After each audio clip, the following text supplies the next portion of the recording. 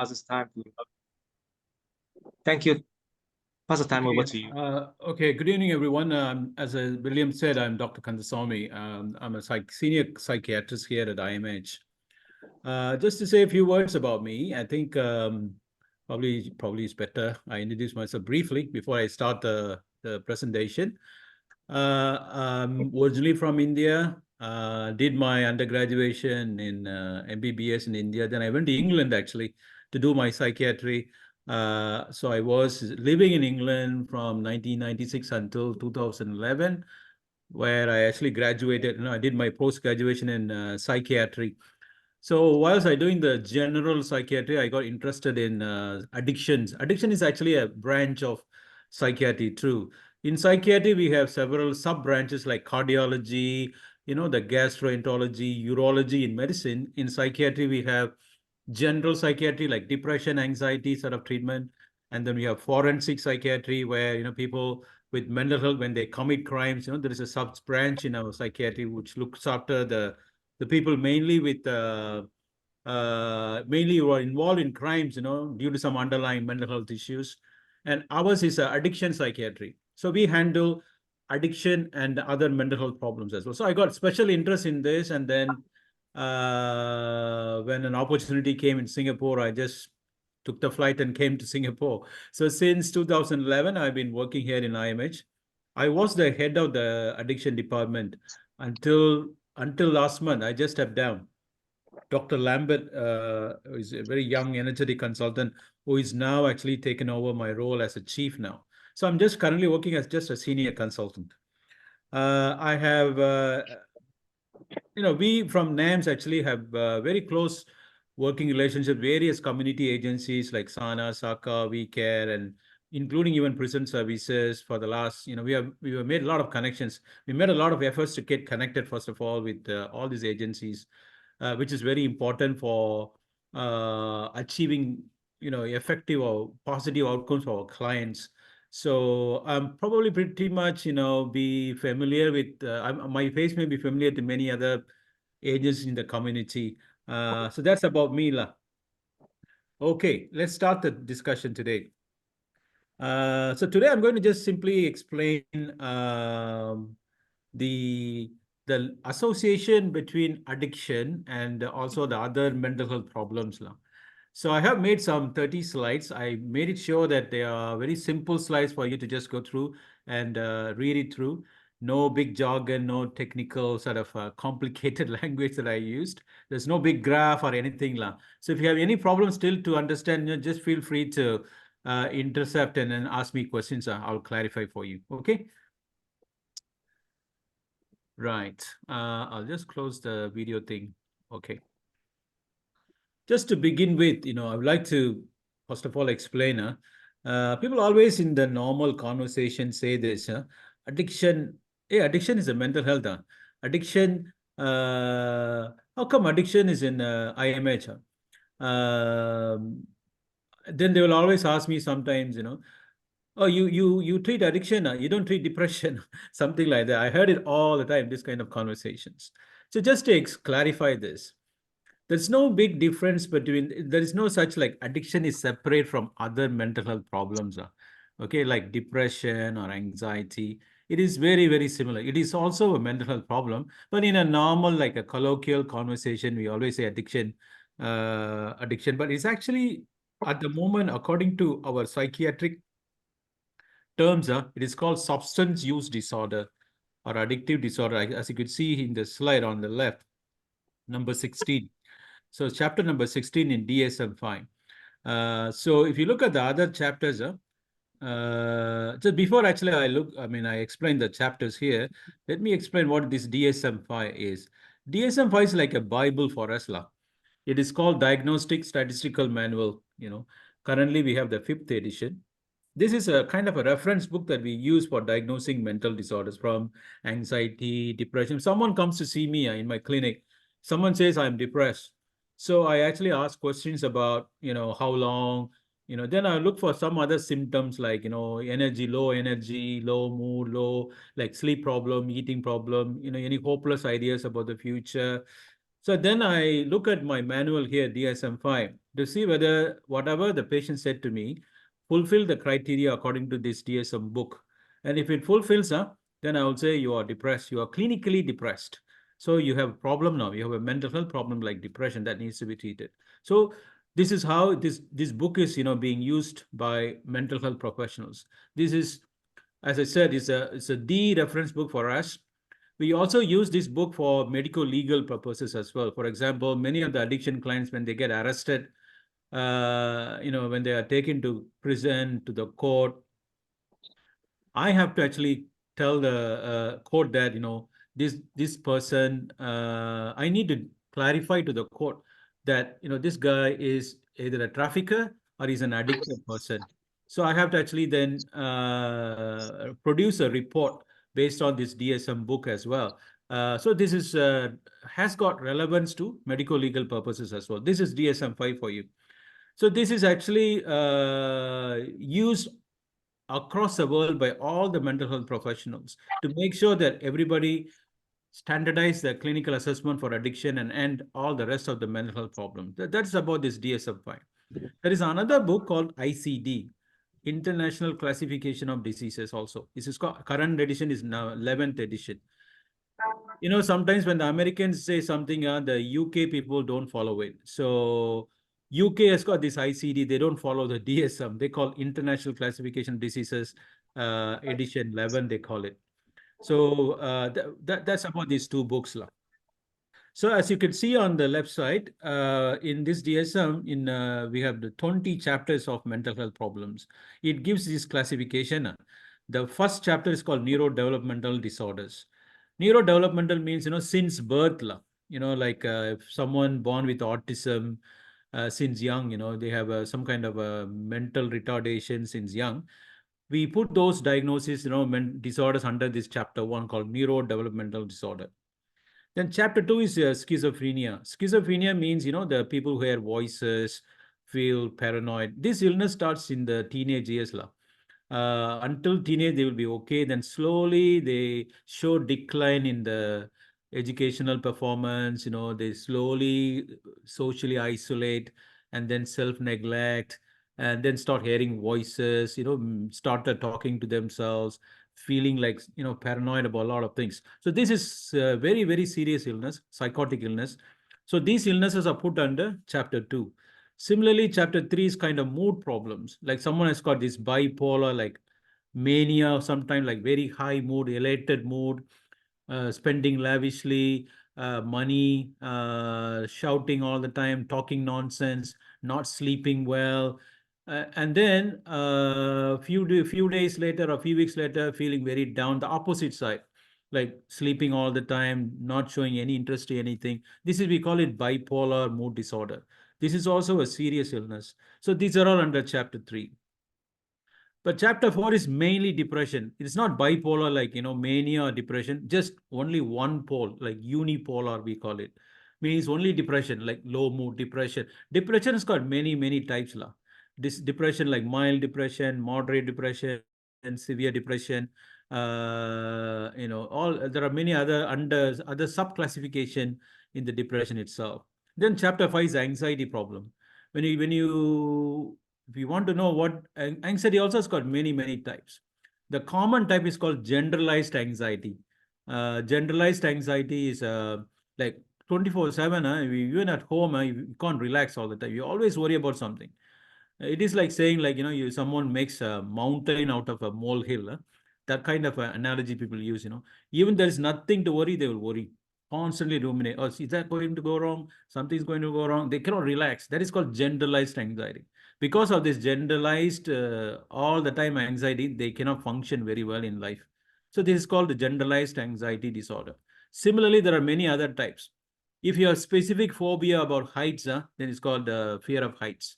Agoraphobia is another form of anxiety. That means fear of crowd, fear of going to a shopping mall, fear of traveling in a public transport, something like that.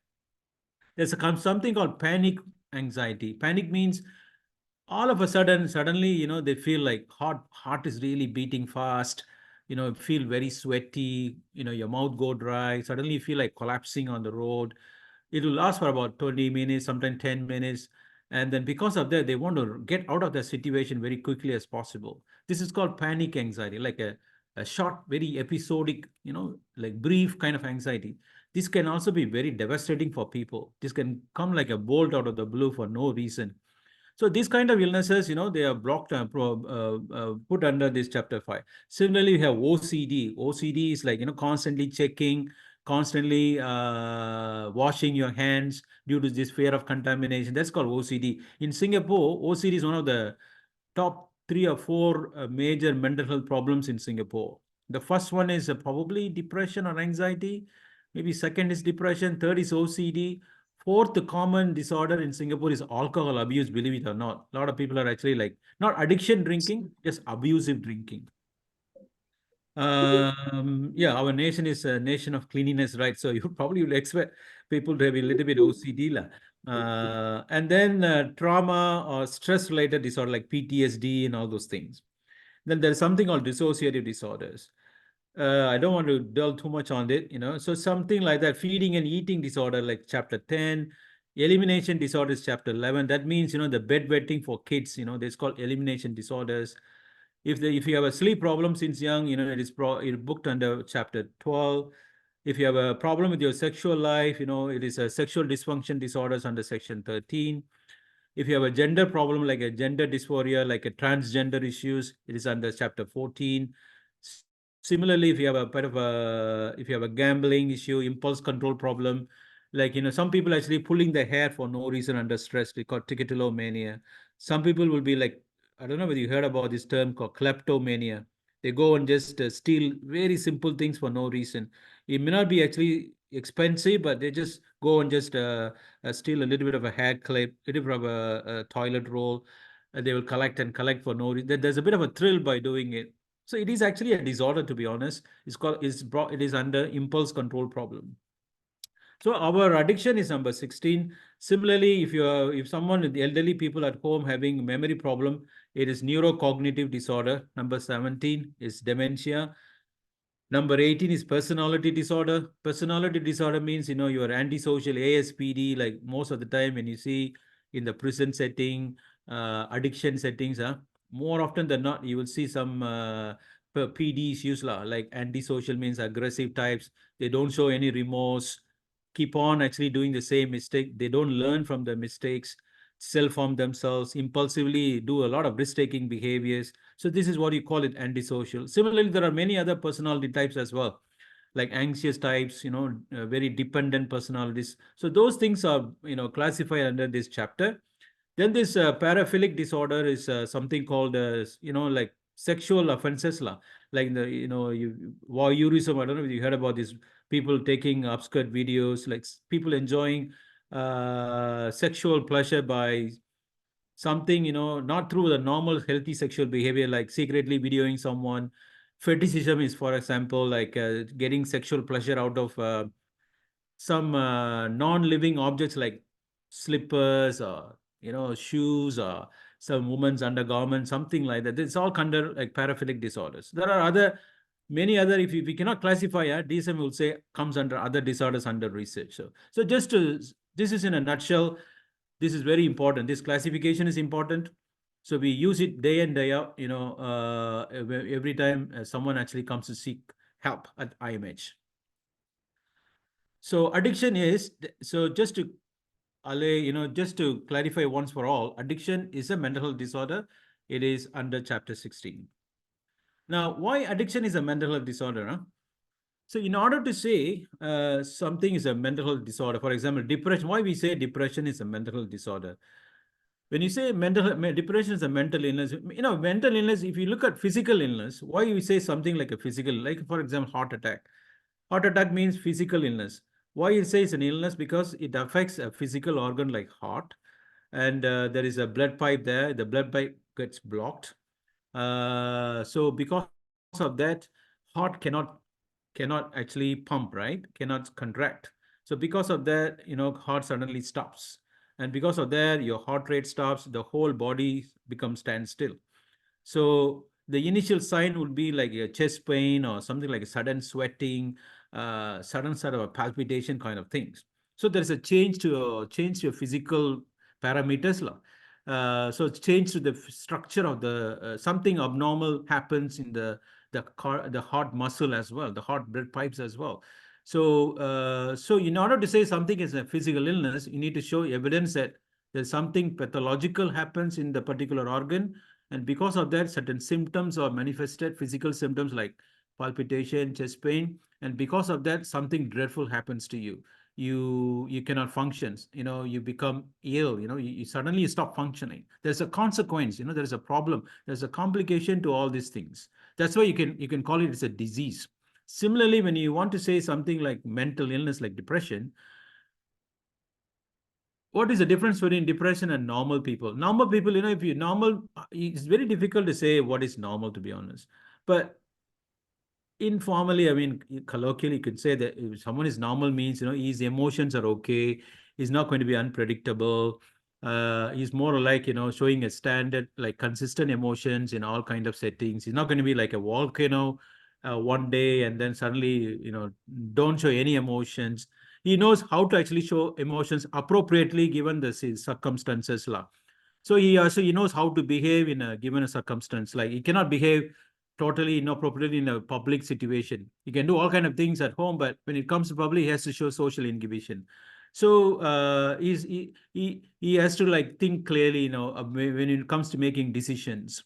He has to actually, preserve his kind of standard personality when it comes to maintaining social functions in the society. So if everything is consistently happening, you can say somebody's okay, is normal. But anything that is not happening normally, for example, the guy is, instead of showing consistently same emotion, he's a bit very unpredictable in a given a stressful situation. His thinking suddenly becomes totally chaotic. In the subsequently, he makes wrong decisions, and because of these wrong decisions, he misbehaves. Suddenly he throws a bit of an aggression for no reason, cannot control his anger, and ends up actually hitting someone or doing something totally silly. And if these problems are consistent over a period of time, it will show up as some changes in his personality as well. So if you notice these things, like changes in emotions, abnormal changes in thinking patterns, abnormal changes in behavior, and subsequently some kind of chronic changes in your personality. If you notice these things, then something probably you can say as a mental illness. For example, if you're a bit depressed, for example, you suddenly become very sad. You're not normal. You cannot enjoy happiness. So there is a change in your emotions. And when you're depressed, you will end up thinking everything in a negative way. You may think like, I'm a failure. I don't, whatever I do, I don't think I will succeed. So what's the point of doing anything? I'd rather not to do anything. So you will end up doing nothing. So this is the way you think. You kind of thinking everything in a negative way. The whole world is a failure. I'm a failure. What is the point of living? That's why a lot of people with depression commit suicide. So there is an abnormal thinking patterns. Because of that, if you feel like, whatever you do, it will end up in failure, you may not do anything. So you'll end up isolating yourself at home, avoiding people because of the embarrassment that you may become a bit of a in front of others. You may become very self-conscious that people will notice you as a failure. People notice that you are a bit of a unwanted person for them, in any social occasion. So you more and more and more you isolate. So that is what you call it, changes in behavior. And because of that, if the depression comes and goes all the time for over a period of 5 to 10 years, you may even lose your original personality. You may not even know who you were 10 years before you become depressed. You would have become like a very, very kind of a dull, socially kind of not a very interesting person anymore after 10 years of depression. So this is what I said, abnormal changes in personality. So if you notice all those things, you can say that it's a mental illness. Likewise, addiction also does the same. For example, if I'm addicted to heroin, for a period of time, every time there is a withdrawal for me, cold turkey for me, I don't know how I would actually show up with my emotions. I'll be angry, I'll be moody, I'll be irritable, I'll be panicking, I'll be really, shivering. Actually, I'm looking for, another hit very soon. So I may then thinking that, I don't care about what kind of decisions I make. I'll make very poor judgment, I'll end up actually stealing something, because when the craving starts, when the withdrawal starts, I need to actually get the score immediately. So I end up actually shoplifting, and I don't care about going to prison. So as you could see, the way I think, the way I feel, the way I show my emotions, everything becomes very abnormal. So, which is very similar to any other mental health problems, which is why addiction is a mental health disorder, because it shows the same changes in your emotions, behavior, thinking patterns, like other mental health disorders like depression, anxiety do.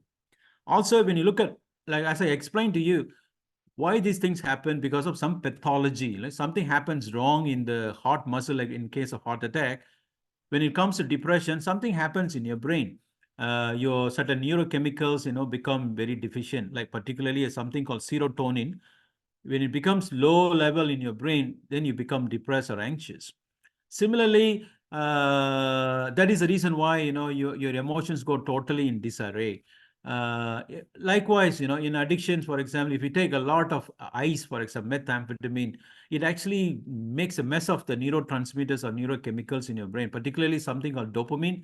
It gets your brain gets bombarded, with lots and lots of dopamine. That's why the brain gets into a bit of an excitement state, too over excitement state, a hyper stimulated state. And in the process, these people with meth intoxication can do all kind of silly things. They go and hit people, have sex with other people without any inhibition. They become very paranoid, they misinterpret things. They can even kills people, under the influence of meth. So as you listen to me, definitely there's a lot of pathological changes happen, neuropathological changes happen in the brain, like in depression also. Like in many other mental illnesses, addiction also is like a remitting and relapsing course. What it means, remitting means, people can stop for a while, and then 5 years or 6 months down the line, they relapse again. Depression does the same. Schizophrenia does the same as well. I mean, I can treat a depressed patient with medication, psychotherapy. He or she may do very well for 12 months, and suddenly something happens in his life, and then relapse happens for no reason, despite being on treatment. Similarly, someone's doing fantastically well in addiction during recovery. He may be attending NA meetings. He may stay in a halfway house. He may do whatever you want him to do, and all of a sudden, suddenly, one day he will probably end up, unfortunately, meeting his old pal, old friend, and then something happens in his brain. Hey, come on, you've done very well, huh? Just a one-off, nothing will happen, and then this one-off will become a major relapse. Then he relapse again. So this pattern of remitting, like remitting means improving and then relapsing again, is very, very common across all mental health problems, including addictions as well.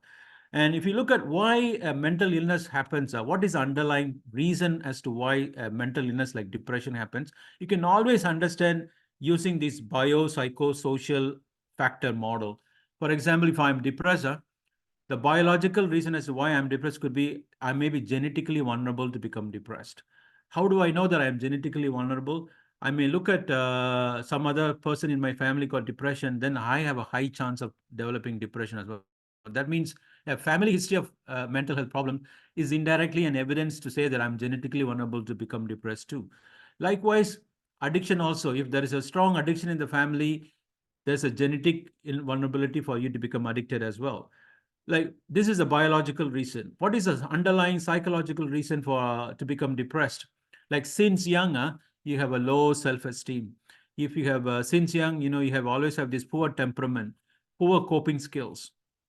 You're always a bit of an anxious chap since young. Then later on, because of this poor self-esteem, poor stress coping skills, poor temperament, poor tolerance to frustrations, to deal with the frustrations in life, anything, even as an adult, when it becomes a teenager and as an adult, when the responsibilities go higher and higher, you may struggle. You may not want to actually to go to a job, to sustain your job, because everything will be very stressful to you. Even as little shouting by your boss may be too much for you to handle, and then you just quit. And because of this repeated hiccups in your life, crisis moments, you end up becoming very depressed or anxious later on. So there is an underlying psychological reason as to why you become mentally ill later on. Likewise, in addiction, also same problems. If you have since young, poor coping skills, poor self-esteem, when you are a teenager, all you need is, because you always like feel miserable all the time. All you need is a neighbor actually asking you, hey, would you like to have a drink? Would you like to have a little bit of a cannabis? The moment actually you had that one little puff of cannabis, when you experience the excitement of the cannabis, the positive effects of the cannabis, it is just enough to give you that immediate temporary relief from your whatever the underlying psychological issues that you face, and it conditions your brain very, very quickly. And once you are conditioned to the positive effects, your brain will think, look, why you want to be depressed all the time, why you're struggling like this, all you have to do is just take cannabis every day. Take a bit of a 1 can or 2 cans of alcohol every day. You may feel okay. You may feel less anxious. You may have this alcohol courage as well, like a pseudo courage. That's how the addiction develops, due to these underlying psychological reasons. Lastly, the social reasons. Social means, unfortunately, I mean, not everyone if you look at the population, not everyone will have a fantastic childhood. Unfortunately for many, they may have to face poverty. They may have to face trauma since young in one way or another. For example, since young, my parents would have been divorced since I was young. I might have witnessed a lot of domestic violence in front of me, like father hitting the mother all the time, or mother hitting me, for physical abuse. I would have suffered physical or sexual abuse. I would have been to a juvenile homes, like boys or girls homes, since young. If I would have faced bullying since young. So if I had to face all these unfortunate, very adverse kind of a childhood experiences, it will break my confidence when I grew up as an adult. And then I'm also vulnerable. I'll become vulnerable to develop mental health problems as well as addiction problems as well. So just to summarize, now you can understand why addiction is a mental health problem, because whatever the mechanism that actually contribute to any other mental problems are the same mechanism that contribute to the development of addiction as well. Whatever the changes, abnormal changes in emotions, behavior, thinking pattern that you see in any other mental health problems, the same changes actually happen in addiction as well, which is why it is parked under chapter 16 in DSM-5 as one of the mental health problem. Move on to the next one. Okay, now what is the link between addiction and other mental health disorders? People actually, probably, I'm not sure whether this is a surprise to you even if I say this. More often than not, addiction is not an isolated mental health problem. If many of the clients who come to seek help at NAMS, at IMH, I can pretty sure, I can say to you with 100% confidence, almost half of them, like 50% of them, would have had some other associated mental health problem. There's a strong link between these two. Like if I have an addiction to start with, there is a guarantee that at some point, few years down the line, I may develop additional mental health problem. Or if I had a mental health problem like a depression to begin with as a teenager, there is a guarantee that maybe down the line, in a few years down the line, I might have become vulnerable to develop addiction like alcohol addiction, or if I'm a bit of an anxious chap, social anxiety, for example, I might have actually become addicted to sleeping pills at some point, because sleeping pills can be the coping style for me, coping kind of mechanism for me to calm my anxiety down as a form of self-medication. So because of these connections, it is a common sort of a scenario that you will see in treatment settings, where you will see addiction and some form of other mental problem presenting together more often than not. The direction is always this kind of a bi-directional complex relationship between addiction and mental health.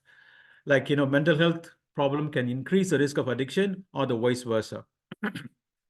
As I said to you, individuals with mental illness may use substance to self-medicate and cope with symptoms like anxiety or depression. So in the process, they can get addicted. I will explain one by one later.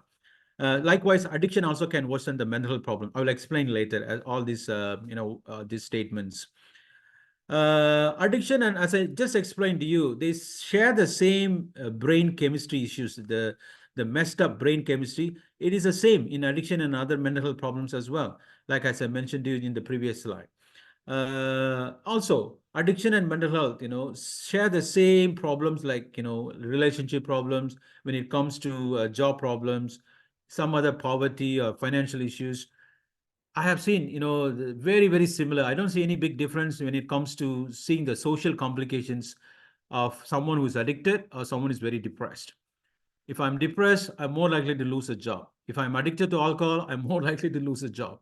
If I'm depressed, I'm more likely to have some marital issues at home, because if, like my wife, manages sees me all the time with depression, she may be becoming very kind of upset with me at some point. I may be not showing any interest in her interests.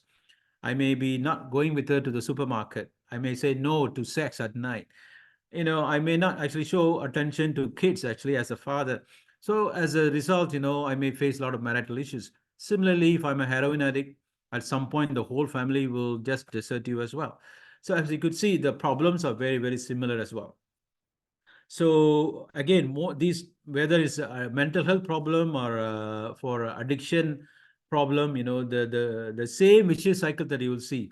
Mental health become they may start with some drugs first, and then regular use of drugs will become make them addicted to that particular drug, and after that addiction sets in, few years down the line, some other mental health problem like addiction and depression, addiction and psychosis starts in, and because of that they actually face so many other social problems, and it becomes a vicious cycle. The furthest sorry the social complications actually then make the existing problems worse as well. So then they get caught in this kind of vicious cycle, which is why it's very, very difficult to see people recovering according to your own expectations. I have seen patients coming to me not once or twice, 10 times a year. I mean, 5 years, like regularly, like 10 times each year for 5 years, sometimes more than that, and then maybe after the sixth year, suddenly everything stops, the recovery is able to sustain, and I have to wait until then because of this vicious cycle. It's very difficult to actually to address all the issues that these patients, this group of patients face. Okay, just some numbers for you. What is the prevalence of both problems, presenting together? Let me just hook the charger into it first, before the laptop goes into dead. Okay.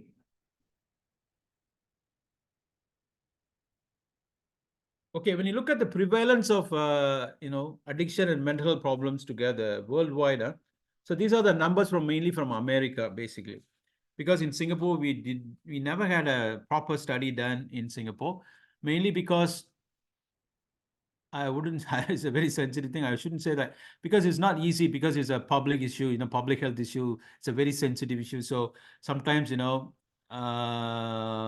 kind of research, sometimes people be quite reluctant to do it. So when it comes to these findings from other Western countries, in America, when they looked at some studies, nearly like in America, it's got about 230 million, if I'm not wrong, as a total population.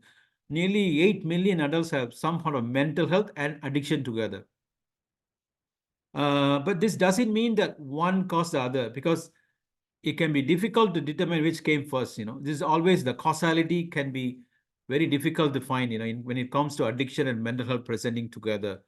Another study actually shows, like, out of 20 million people, when the 20 million people with substance use disorder addiction, out of which nearly 40% had some kind of other mental illness as well, like depression or anxiety.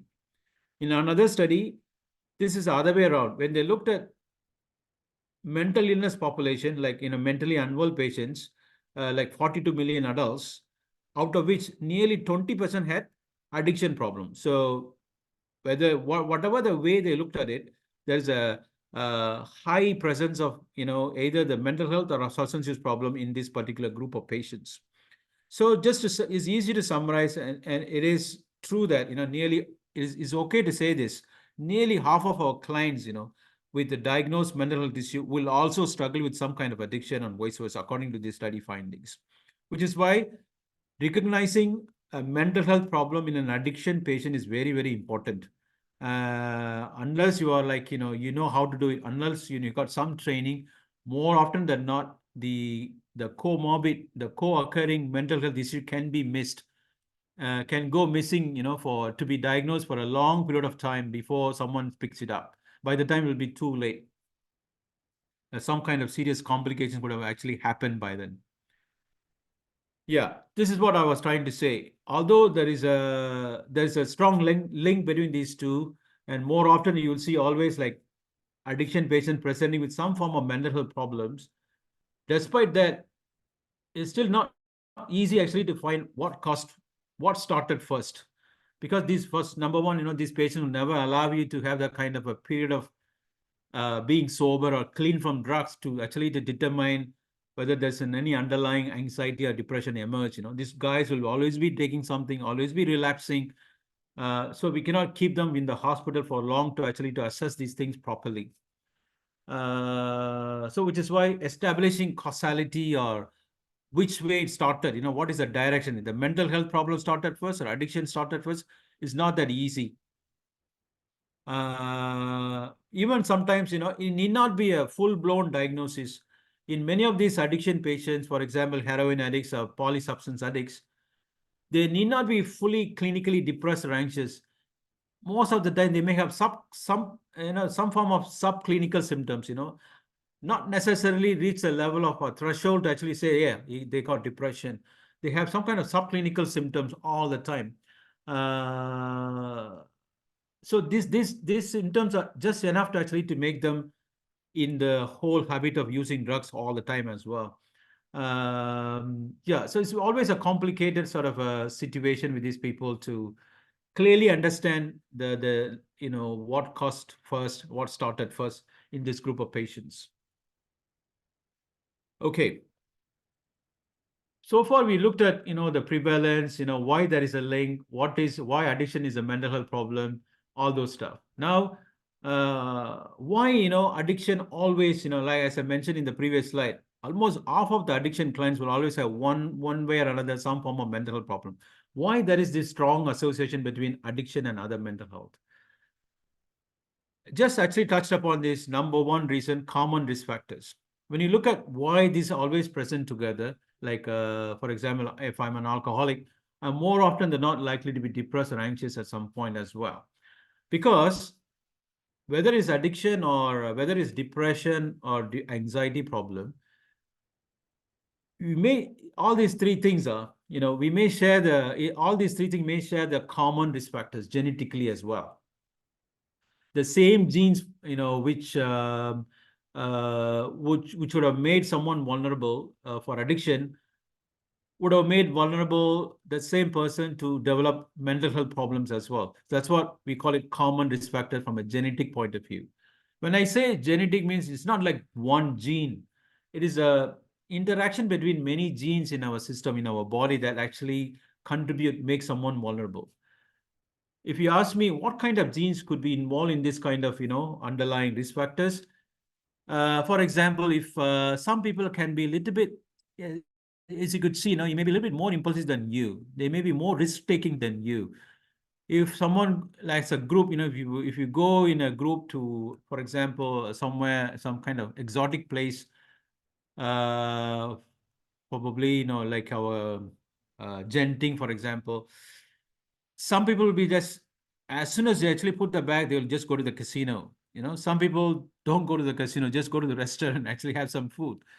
It depends, if you're a bit of a fun-loving, risk-taking person, you want the thrill, so you're more likely to be expose yourself to that kind of a risk-taking environment, to have that kind of a feel-good factor about things, the new experiences that you're going to have, compared to someone else who may not be that kind of a person, in terms of fun-loving or some sort of novelty-seeking person. He may be a bit of a low-risk kind of he may be a bit of a high-risk avoidance person. He may not just do things just like that without even thinking, without even worrying about the consequences.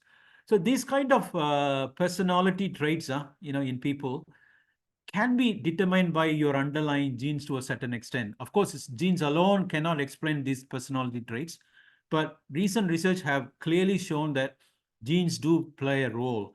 When I say genes, means certain genes governing certain neurotransmitters, neurochemicals in your brain. Normally, when it comes to addiction, any risk-taking behaviors, anything like make you experience pleasure or a reward, dopamine is the main neurochemical involved. So any genes actually that control the release of dopamine in your brain, if there is a abnormality in that particular gene since you're born, so from since younger days, you can push you towards make you a person with high degree of impulsiveness, high degree of like a fun-seeking sort of a fun-loving sort of a personality trait, a novelty-seeking kind of personality. So in the process, you may end up actually, presenting yourself in many risky situations like casino, in a commercial sex worker area. Like, if you're a bit of a, if you go to a party, you want to be like enjoying the fun with drinking and karaoke, something like that.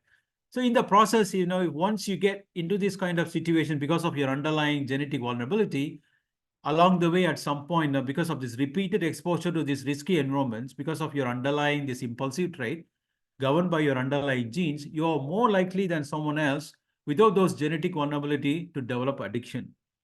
The same genetic vulnerability also plays a role in other mental health problems, like for depression, for anxiety also. This is what I was saying, common risk factors from a genetic point of view since young. How do you know that genes play a role? I mean, there's no genetic test that we can do right now. But if I'm a doctor, if I listen to a story, like if I see someone with, for example, heroin addiction comes to me, doctor, when did I, and I'll ask this question, like, when did you start? I'll say probably at the age of 14, 15. 14 is very young. Secondary school, yes, because because then I'll ask, because you're so young to take heroin, from the age of 15, I will ask, is there anyone in your family do you know that, got addicted to heroin? Yes, my grandfather, my uncle. So then that will give you a bit of a indirect evidence that he is actually genetically very vulnerable from because he's so genetically vulnerable since young, he is vulnerable to get into this kind of trajectories in life. So this is how you can actually then identify the genetic vulnerability or the common genetic risk factors. Similarly, if I'm seeing a depressed patient, I will ask the same question. When did you start the depressed mood first? And they'll say from the age of 17, 18, that's when, something went wrong. I had this exam failure, after which I became very down, depressed. And then I'll ask, is there anyone in your family had a bit of any depression in your family? So yeah, my mom had depression when she had me, as when she was pregnant with me. Soon after I was born, my mom said to me that she was having some postnatal depression. That means there's a depression in the family. That means I'm also vulnerable to develop depression. So that explains the common risk factor, which actually can play a role in the development of addiction and also other mental health problems. Yeah. So when it comes to genes, something more about the genes, there's enough evidence from a genetic research point of view that probably people don't believe this. People sometimes still want to say that, well, addiction is just about willpower. It's about lack of discipline in life. Yes, when someone for the first time takes drugs, it is about willpower. But he has to be very careful. He has to follow the rules of the land, follow the laws of the land. He should not be actually doing all those, according to our public ethos, he should not be doing it. But as I said, if he's a bit of an impulsive guy, genetically, he's more likely to just enjoy the fun first because of peer group pressure, because of his underlying genetic vulnerability.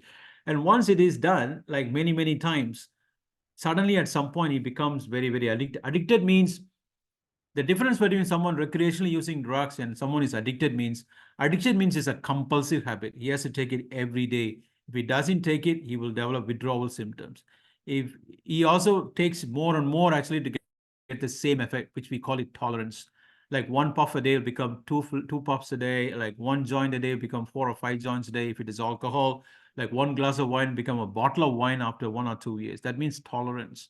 And then because of the regular drinking, he will actually experience more and more problems in life. he will know that there are problems happening in his life, and yet he will continue to do, despite knowing all the harms of his behavior of taking drug or drinking alcohol, he will still continue with the same behavior. That is a hallmark of addiction. So that means he just lost the ability to control. It becomes very, very compulsive. Despite a lot of problems, he cannot control. So that is a hallmark of addiction. So when someone reaches this level of kind of compulsiveness with his drug habit, that means definitely more often 40 to 60% in that particular person's a particular person's life, genes might have contributed. This is what the research, I'm not saying it, and the research says that 40 to 60% of addiction is coming from underlying genetic vulnerability alone. Another 40% comes from your environment, come from other social factors, and so on and so forth. Yeah, this was from this slide. So the same risk factor, the gene, actually also contribute to other mental health problems as well. I mean, some examples I've just given here. For example, if I'm a cannabis user, so this is like, if I use cannabis to begin with during my teenage years. Nowadays, people say that cannabis is less addictive and blah, blah, blah. That's why in America, they are actually legalizing it now. But as a doctor, I know that, yeah, it depends on how frequently you use cannabis. If you use it once in your lifetime, the risk of addiction is maybe 1 in 10 chance. But if you use it every single day, for some reason, like recreationally, then there is a 50% chance that you will get addicted at some point. Also, if you get addicted very young, some people actually develop schizophrenia as well. So cannabis use can actually make you genetically vulnerable to develop precipitate a major mental health problem like schizophrenia. So these are all the things which we may not know in the beginning. You may not even know that before you started using cannabis, you may not know that you are vulnerable to develop psychotic illness like schizophrenia. But once you use it for a few years, then once you become unwell, and then only in retrospect or in hindsight, by the time it'll be too late actually to understand, to know that you are that kind of a vulnerable person. You shouldn't have used cannabis in first place. But this is what would have happened in most of the cases. They may not even know that they are vulnerable before they begin to use something like a drug as a teenager. So the education that we should actually give to our teenagers is that, better not to touch anything during your teenage years, because you may not know that you are vulnerable. Similarly, there are many other sort of gene factors actually contribute to both mental illness and addictions, which I've already touched upon these things. I'll probably share the slides later with you all, and so you can go through the slides. This is what I explained. These things I already explained that, whatever mentioned in the slide. I'll move on to the next one.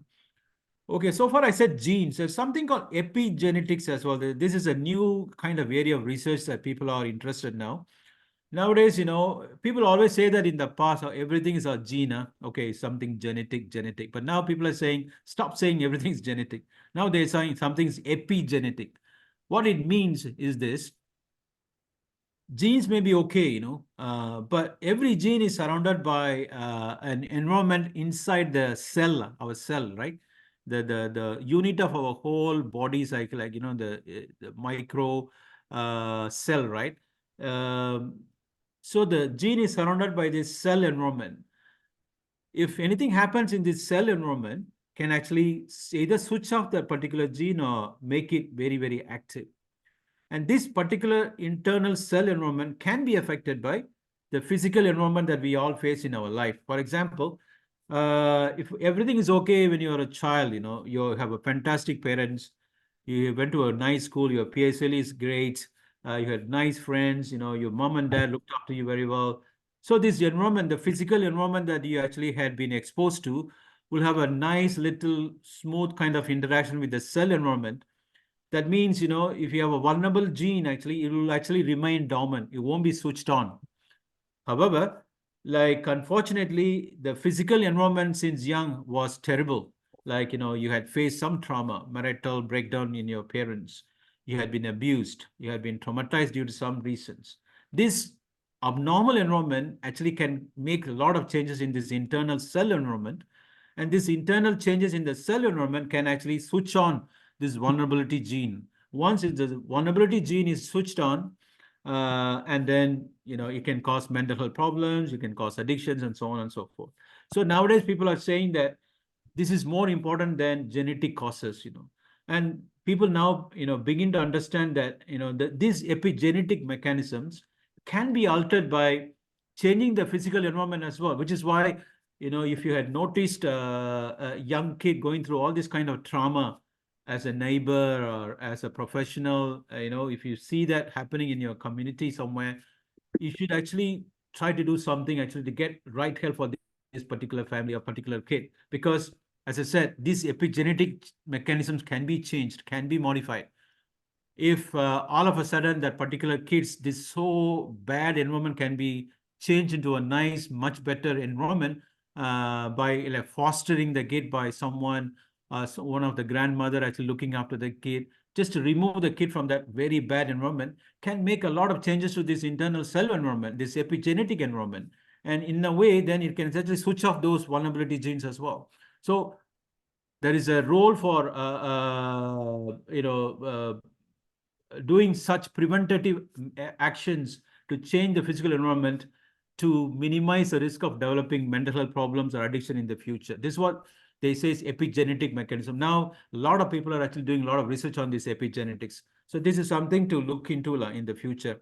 It's something like our ChatGPT now, can throw a lot of light on how, our genetic mechanisms actually contribute to our day-to-day life in general as an adult. Okay, so that's what I was trying to say about the genetics. I'll just move on to the next slide here. Okay, so far I talked about the genes, which is a bit of a, not an easy subject to understand. Let's move on to another common risk factor, which is what actually happens in the brain due to taking drugs or when someone is depressed. So again, there is a common risk factor. If I'm depressed, when depressed patients are put under the scanner, like a MRI scan or PET scan, they found the same areas which are affected. They found the same areas are also affected in addiction also. This is what I was trying to say. As you can see from this diagram, all those so-called these nucleus accumbens, all these kind of lines here, the blue lines. These are all the same areas affected in addiction as well as in other mental health problems as well. Which is why you always see a strong association between addiction and depression, addiction and anxiety, addiction and psychosis, so on and so forth. So there is a common brain mechanism along with the common genetic mechanism as well as to why you always see this strong association between these two. Okay, what are the other common risk factors? Role of chronic stress, which I've just briefly touched upon. There's another mechanism probably you might want to know a little bit in our brain, which is we call it stress response system, or HPA we call it. HPA means hypothalamo pituitary axis. Hypothalamus, we call it, is a small area at the base of the brain. Basically, it relays a lot of signals from the spinal cord. It is actually, we call it like a nerve center, we call it. It actually throws, this flight response that we always have whenever we perceive something as a danger. Like, for example, if you're at a shopping mall, if you see something really dreadful happening, all of a sudden someone is misbehaving, you want to get out of the situation. So what actually pushes you to do such behavior to get you out of the shopping mall is this stress response system. As soon as you see that something dangerous is happening, your hypothalamus alerts you. Once the hypothalamus alerts you, it releases something called CRH, which is corticotropin releasing hormone. That actually then acts on your pituitary gland, which is a little tiny hormonal gland inside the brain. That releases something called ACTH. This is corticotropin releasing hormone. That then acts on this adrenal gland, which is sitting at the top of your kidneys on both sides. Once the adrenal gland is triggered, it releases a lot of steroids. Steroids is like a life-saving chemical in our body. When you're always when you see a lion, for example, you want to run out of that situation, what happens in your body is actually this steroid push you to get away from the situation, run away from the situation. This is what we call it the stress response system. This is very, very important for our survival. to avoid danger, to do the right thing, either to fight when there is something stressful happening in your life, or to just to flight. This stress response system can be abnormally sensitized due to addiction. Like if I take alcohol all the time, or if I take heroin all the time, after some point, this whole this HPA axis gets abnormally sensitized, meaning even there is no stress, it will create a bit of a false alarm kind of a situation. Because of this false alarm, I will try to run away from situation all the time. Example, maybe after my recovery for a few years, or maybe working in a place as a cleaner, and everything will be okay. And suddenly, because of this highly sensitized pituitary stress axis system, all what has to happen is a little kind of a shouting by my employer, like my boss actually say something, hey, why have done this? Why you come late today? That just little shout is enough for me to go back to drugs again, because this abnormally sensitized stress system will actually give you this kind of feeling that, hey, this boss is very, very, it's not helpful. This is not a good place for you to work anymore. Nobody's helping you. Unnecessarily, you get into this kind of highly, you exaggerate the whole situation, and then guess what? You end up actually relapsing again. So this kind of abnormal mechanism you will see in addiction as well as in mental health problems as well, which is why there's a strong link between these two. Okay, we move on. So far, we touched upon the genetic and brain mechanisms. Now, why is sometimes, the other common mechanism as to why there's a strong association is mainly because mental illness itself can contribute to drug abuse or addiction because of the self-medication hypothesis. Very simple. As I said, if I'm very anxious, if I have a problem in flying, I have a phobia, I'm worried about the turbulence, like what happened recently with our flight situation, Singapore Airlines. I may actually have a bit of a drink, whilst, as soon as I get onto the plane, I'll ask for some drink so that, I just feel a bit calm. I just go into a sleep mode so that I don't have to actually experience the turbulence or feel anxious about it. So then in the process, if I do it all the time regularly, every time if I feel a bit anxious, if I use something to cope, like use a benzo, like a Xanax, alprazolam, sleeping pills or alcohol. And then in the process, because of the self-medication, I become hooked to addiction. So now, as you can see, I'm anxious, and also I develop addiction as well. So this is a common reason as to why you see addiction and mental health problems also present together. Okay, if I'm having an ADHD, like since attention deficit problem, probably you might have heard about what ADHD means. ADHD means attention deficit hyperactivity disorder. Means, either I have all these patients with ADHD, like children with ADHD, adolescents with ADHD, always, you will see a lot of impulsivity in them. They're a bit hyperactive. They cannot tolerate frustrations easily. They cannot sustain attention. That can actually make them very vulnerable to go through a lot of stress in their lives. Because of that, they may end up using to cope with their underlying issues as a form of temporary relief. And in the process, they get hooked to addiction. So ADHD is the high risk factor for developing one way or another some form of addiction. Okay, so then another reason is, so far I looked at the genetic reason. I explained to you about the genetic reasons, the brain reasons, why, self-medication for mental health can actually make you vulnerable to develop addiction. Now, the other way around, the vice versa. For example, I don't have any mental problems to begin with. I'm just a heroin addict, or I'm a bit of an alcohol abuser. Alcohol is a substance which actually, in the longer term, we call it central nervous system depressant. It actually depresses the brain, although it gives a bit of a high in the beginning, for a couple of hours. After, once you drink for many, many months like that, you probably would have seen most of the time with the alcoholics. After 1 hour of drinking, after this initial fun subsides, they end up crying. They end up becoming very down, very labile. They cry. They'll say, hey, everything, why people are not looking up to me, blah, blah, blah. It's like, alcohol always make you very down for no reason, make you more impulsive, make you more suicidal. So in the process, you may become depressed as well. Once suddenly the alcohol is out, suddenly you become very, very depressed. So alcohol can make or induce depression as a mental illness. So certain drugs can do that. Amphetamines, for example, if you have used methamphetamine repeatedly for many, many years, at some point, you become very sensitized to the effects of the amphetamine. So you become very, very paranoid because of the dopamine. It's so much of dopamine happening in your brain. So you'll have this frequent drug-induced psychotic episode. We call it drug-induced psychosis. Because of the repeated drug-induced psychosis, at some point, as a doctor, I may not even know whether it's drug-induced or you develop schizophrenia, which is a very, very serious mental illness. So these are all the examples as to why a substance use disorder can make you vulnerable to develop other mental health problems as well. So this is another reason as to why there's a strong association between mental health and addictions.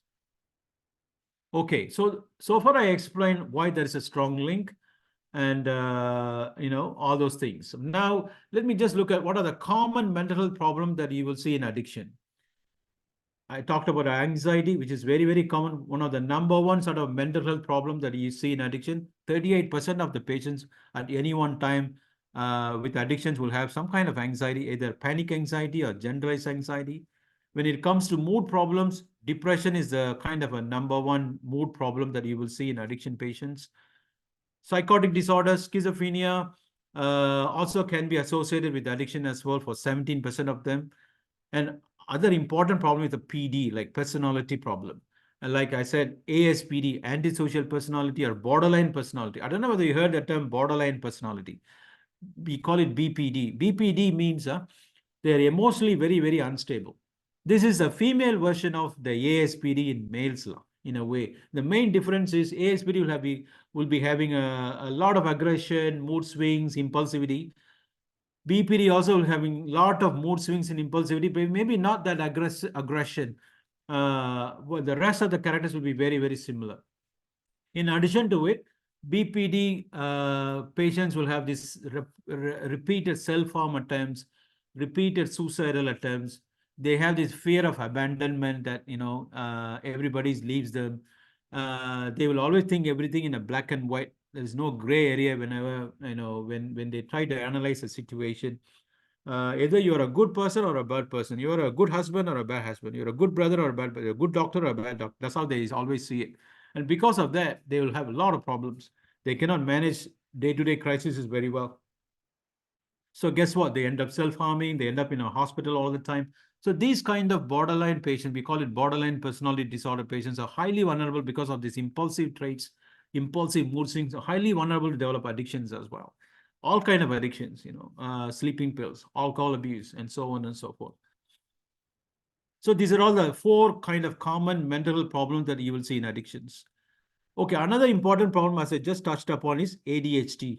ADHD is since young, can make anyone vulnerable to develop addiction because of this high degree of impulsivity that you will see in ADHD. They are going to be, if you're an ADHD, if it is not properly treated since young, you may end up as an adult with high risk-taking behaviors. Because of this risk-taking tendency, you may end up taking drugs, drink heavily, become antisocial, and so on and so forth. Also, ADHD can also have other problems, emotional problems, difficulties in academic achievements, achieving academic qualifications. They may have anxiety issues. They may have, because of ADHD, you cannot sustain jobs. Because of all these other psychological and social complications also can make you vulnerable to develop addiction as well. So it's very, very important to screen for ADHD when someone that you see with addiction problem. There are lots of questionnaires now. You can use it from online to actually go through to see whether someone has got ADHD or not. The problem is it's okay to diagnose, but it's not easy to treat ADHD in addictions, because once you develop addiction, and despite, we diagnose them with underlying ADHD, because once you're addicted, you become very unreliable. I'll be still reluctant to treat you properly with medication because I might be very worried that because of your addiction, whatever the medication I'm going to give for ADHD, you may end up abusing it. So it's easy to diagnose ADHD in addiction, but it is not easy to treat. Okay, and then another important area that one need to actually give importance to is youth and addiction and youth and mental health, because addiction, to be honest, is a mental health problem. It's an illness of youth, young age group, from the age of 15 to about 45 plus. After 45, those actually who newly become addicted, the numbers are less and less compared to the numbers, when you see from the age of 15 to 45. The reason being that being young, being adolescent, teenager, your neurobiological mechanism is not fully mature yet. For example, according to research, when they put your brain, into scanner, the young brains, from the age of 5 to 20, what they found was that your thinking brain actually, there's a bit of a delay in the maturation of your thinking brain. Thinking brain is the brain part in the front of our brain, the front of our head. There's another part called impulsive brain or motivational brain, which always pushes you towards a reward, go for it, go for this, go for your sports, go for fun. That is your impulsive brain. What they found in these studies is that the impulsive brain matures a bit earlier compared to your thinking brain. Thinking brain, the maturation, when they see it in scanners, they found those maturation happens from the age of 20 onwards. Whereas at the age of 15, your impulsive brain would have matured by then. So what it implies, what in real life it means is that when you're a teenager, you're not going to think very, very clearly. Your logic, is not going to be great. I wouldn't say that you don't have thought, you may not have any logic at all, but you're going to make a decision based on emotional appraisal of a situation, not necessarily based on logic or some kind of rationale compared to a 20-year-old or 30-year-old adult. So because of this underlying neurobiological mechanism, early maturation of your impulsive brain, you're going to be impulsive, you're going to be risk-taking, you're going to make your decision based on how you feel at that moment in time. Like, for example, your friends are always looking for, hey, come on, have some fun. You probably will judge it, okay, that's the best thing to do, just enjoy fun. You don't worry about the complication because your thinking brain, your logic is still not actually there yet to even explore more into what other things can go wrong. So that's why, you always see the teenagers taking risks, getting exposed to drugs very early. And because of this, they're always vulnerable to develop addictions, which is why teenage life, as a parent, as a professional, as a volunteer, if you're having some role to play, with a teenager, you need to always make sure that, all these impulsive traits are identified, make sure that they're not exposed to all those highly vulnerable sort of drug-seeking behaviors from a very early age onwards. You have to always make sure that you have to do some interventions very early as possible to make sure that all this addiction or development of major mental problems don't happen later on in life. Particularly a young man like 14 or 13 or 14-year-old young teenager, if she or he happen to have bipolar or depression, there is always a high risk of developing addiction later on. If the person has got anxiety problem, there is always a possibility of developing alcohol addiction later on. So the sooner you actually observe these signs of someone anxious as a teenager, get them to, IMH or child guidance clinic as soon as possible to get some assessment done as quickly as possible to make sure that these problems are addressed effectively and early as possible so that these guys actually don't become addicted later on to any drugs or alcohol. Okay, this is something that probably you might know, you might hear from people like me, like doctor or whoever is working in addiction, something called dual diagnosis when it comes to addiction and mental health together. We always use the term, oh, he's a dual diagnosis patient. He is a dual diagnosis patient. He's not a dual diagnosis patient. What it means is that if I see someone like a 45-year-old heroin addict with multiple prison sentences, multiple admissions for detox, and yet he's still relapsing and stopping and relapsing, stays in halfway houses and still is relapsed, that means his opioid addiction or heroin addiction is very, very severe. Okay. And then because of this severe, as I so far explained, I'm also vulnerable by now at the age of 45 because of this 20 years of addiction. I would have also developed anxiety problem. I would have also developed some form of mental problem. And these mental problems would have been also very severe, like my heroin addiction as well. If these two problems are very severe, then I would call this person as someone with dual diagnosis. For example, someone with schizophrenia, which is a very severe illness, and if a schizophrenic patient also becomes alcoholic, very severely alcoholic, and that person is a dual diagnosed patient. Why this is important is because these kind of patients is very, very hard to treat. Yeah, they come to the hospital numerous times because whatever the relapse, if I'm relapsing to heroin, I need help, so I'll come to the hospital. If I had relapsed to heroin, because of I relapsed to heroin, I'm going to be very, very vulnerable. My underlying illness also my underlying depression can also flare up because of my heroin relapse. So it's like a double whammy. I'm relapsing heroin, my depression can also get worse. I may be very suicidal. I may even end up doing something very, very silly. So when I come to the clinic, when I come to the emergency room like this, then I'm more likely to be admitted to the hospital because of the high risk of self-neglect, high risk of suicide, high risk of aggression, and I'll be in the hospital and I'll staying for long as well because of these two problems together. It's not easy to treat. I may have very poor motivation to change my life. I may not say anything yes to Narcotics Anonymous meetings or even rehabilitation programs. I would probably will say, don't worry about treating me, doctor. I may end up going to prison. I don't think anything will help. I'm an addict. I'll live. I will die as an addict. I've heard it all the time. If once addiction becomes chronic, people just lose hope. And because of that, my depression also get worse as well. So it is not easy to treat these dual diagnosis patients. They are the ones who will sap all your resources. There is a high risk of suicide. There will be numerous admissions. Several agencies will be involved, like your MSW, medical social worker, FSC, Family Service Center might be involved, prison services might be involved. From our side, we psychiatrists may be involved. Because of chronic drug abuse, I may have other medical problems like hepatitis C.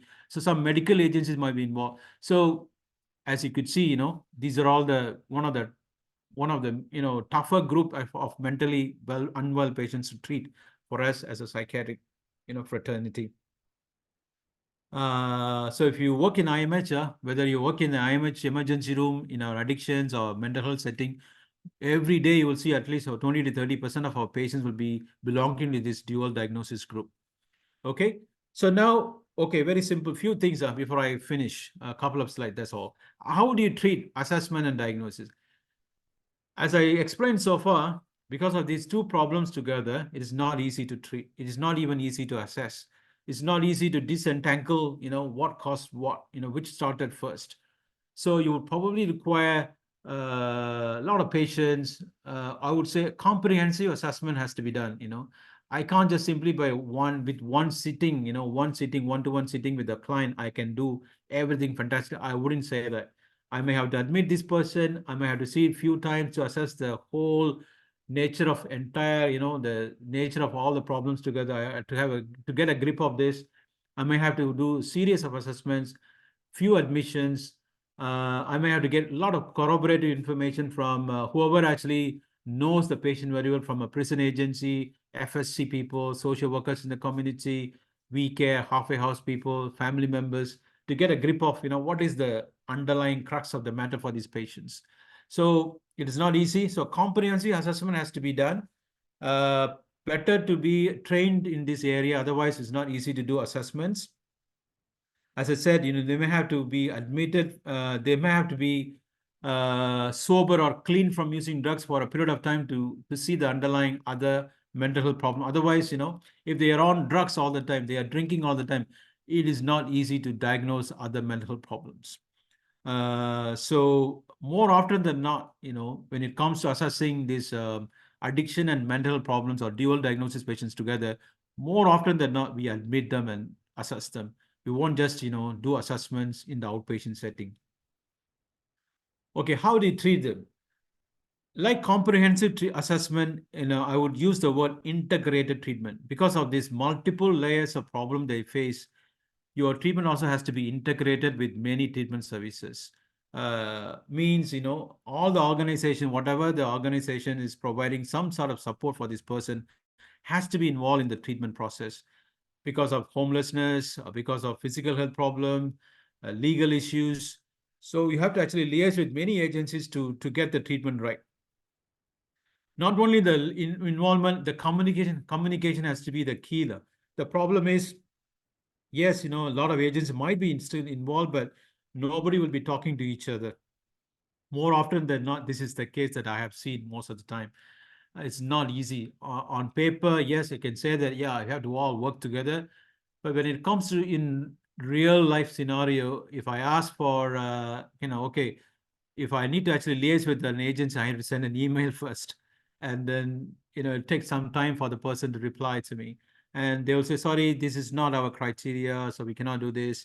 So in real life, things are always going to be very tough in coordinating the care that that particular person requires when it comes to, linking all the agencies involved for the treatment. So regular training is important, education of all the staff, whether if you have a social worker, if you have a case manager, everybody should know that these clients are not easy to manage. They can split people into all kind of directions. They can say one bad thing about one particular counselor to the doctor and vice versa as well. So you need to have regular MDT meetings to make sure that there's no splitting going on between the professionals, about the patient. So all these things, everybody has to have the right expertise to manage these people. Someone doesn't know, he has to go for training actually to make sure that he understands the whole picture of addiction and mental health together. Okay, so that is a general principle of managing these people. Any specific therapies are important, any specific form of treatment that is actually useful for these kind of patients, addiction and mental health? Yes, there are, according to research. Probably you might have heard about this term CBT, which is the common sort of psychological therapy that we use, cognitive behavior therapy. Basically, is nothing but, using therapy like talking therapy. The therapist will try to restructure the thinking pattern for the particular client. Okay. DBT is another one, which is much more complicated, sort of an intense therapy. The main goal of the DBT is to reduce the self-harm behavior. Like all these patients are highly vulnerable to do self-harm, like repeated overdoses, cutting the wrist, cutting the forearm, swallowing something like very, very dangerous thing, like swallowing a blade. They can do all kind of these things in the form of self-destruction. This particular form of therapy called DBT is very useful. Whether it is, if you ask me whether this is available in IMS, yes, but it is not as robust, like highly established form of therapy like in other Western countries. I'm sure, I mean, definitely one or two psychologists are interested in doing this, but still, I wouldn't say that the way they do DBT in IMH is not similar to what I have seen in UK and other countries. There's another therapy called ACT, assertive community treatment. Because these people are highly complicated and complex patients, it is always better to work with a small caseload like that. I cannot handle like 100 or 200 patients like this. So we will split into 30 patients in one small group of professionals, like one psychiatrist, one case manager, one community psychiatric nurse, like a CMHT, like a community mental team kind of a setup. And we will handle this only 30 people, because this even is 30 is a small number. Every patient require a lot of intense support and treatment. So like a smaller role, I will do more intense, like a community visit, home visit I'll do. I might provide 24-hour telephone support. I will probably visit the client 3 times a day. I will visit him in a coffee shop, talk to him to make sure that he's always engaging well with the treatment so that he's not lost in the system. Otherwise, they will get lost in the system. So this is a very intense form of assertive community treatment with a lot of home visits, more like a close liaison with the clients and the families. So this is a very effective kind of evidence-based therapy available in other countries. We do not have that in Singapore. Probably people might have heard about therapeutic community. Some of the halfway houses, they actually use is TC. They call it TC. TC is a model like a groups therapy. The role or principle or aim of the TC is basically is to empower the clients, because all the addiction or mental clients, when you look at them, they would not want to take any sort of responsibility in their life. As their illnesses become very, very chronic, they don't even know how to take even responsibility as a carer, as a father, as a brother. So is this particular form of therapy called TC is actually which helps them to empower them to take more responsibilities. So in a way, what happens in TC is actually in a TC community, in a halfway house, in any TC setting, there's no difference between staff and a client. Everybody will be involved in meetings. Everybody will be entitled to make a decision.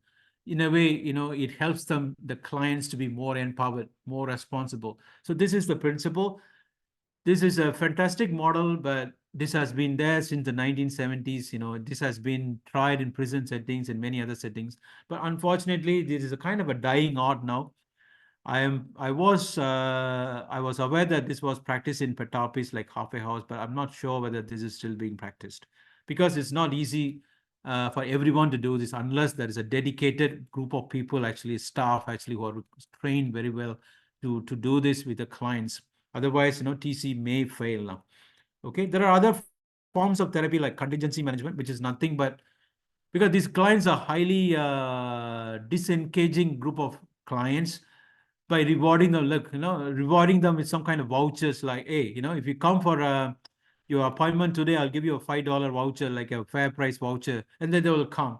So like rewarding the good behaviors and punishing the wrong behaviors. It's like contingency management based on some kind of a rewards, for good behaviors. So these are also, this kind of therapy is also being practiced to improve the compliance with this group of patients. Okay, so there's a role for medication as well. As I said, these guys are vulnerable for depression, anxiety, psychosis, and whatnot. So if they are depressed, if I'm a doctor, I'll try some antidepressants. If they're anxious, I'll try some anti-anxiety medication, like this something called escitalopram or propranolol. If they are going through a lot of mood swings, I'll give something called sodium valproate, which is a mood stabilizer. If they're a bit psychotic, I'll give him something called olanzapine or risperidone, which is an antipsychotic medication. If they are having ADHD, I'll try something called methylphenidate, which is the standard licensed medication.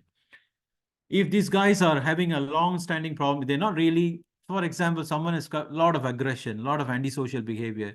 They also present with psychosis from time to time, like episodic psychotic symptoms. Then I might consider some form of depot injection, because they are not, they are not really motivated to take medications. There is a high chance that they will stop the medication as soon as they are out of the hospital. For such clients, I might consider long-term depot. Means, all they have to do is come for an injection once a month. Whatever this olanzapine or something can be given in the form of long-term, it stays in your system for 1 month plus, so that the patient need not worry about taking the medications every day. So this form of treatment actually improves the compliance, improves the engagement rate with the treatment services. So I might also consider that for this kind of patients as well.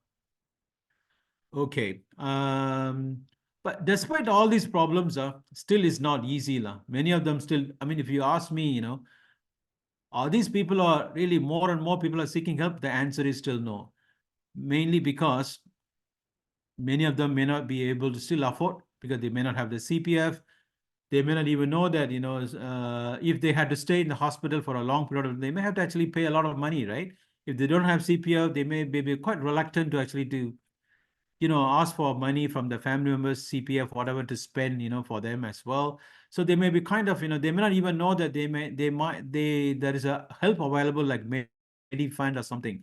All they have to do go through is actually financial counseling, but they may not still be aware that, such services are available. So because of this, I may actually stop coming to seek help. I may not even be sure that whether this kind of treatments are available, like addiction and mental health treatments. I might even think that, I don't need treatment. I might get better on my own. This is a kind of an ignorance, I might fear that, okay, once I come into a treatment, I may have to see the doctor, counselor, week after week, every few weeks. So I may not be interested to have that kind of a long-term commitment. I might be worried about stigma. If I come to IMH, it's not easy. Even now in modern times, in the 21st century, I have seen people I've heard people saying, Doctor, can I actually see you in Queenstown Polyclinic? I don't want to come to IMH. I don't want, because I don't want to be in the taxi, going to IMH.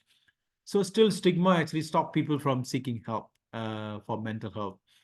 And yeah, same thing. Like sometimes I'll say, Doctor, if I want to come and see you, I may have to take MC, but I'm just, starting the new job, so I cannot come lah. So not having time, not having the money, all these are all the common reasons as to why many people still don't seek help. This is unfortunate.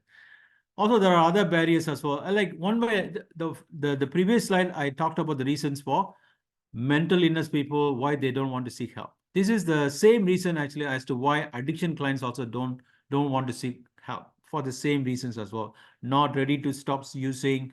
They also worry about the cost, same stigma, fear of losing jobs. Like if I'm I just got a job, I may not have disclosed that I have an addiction problem. I'm actually under treatment on IMH. I may not have disclosed that I'm a depressed patient. I'm under antidepressants because of the fear of losing, jobs, all those things are stop you from seeking help at the right time.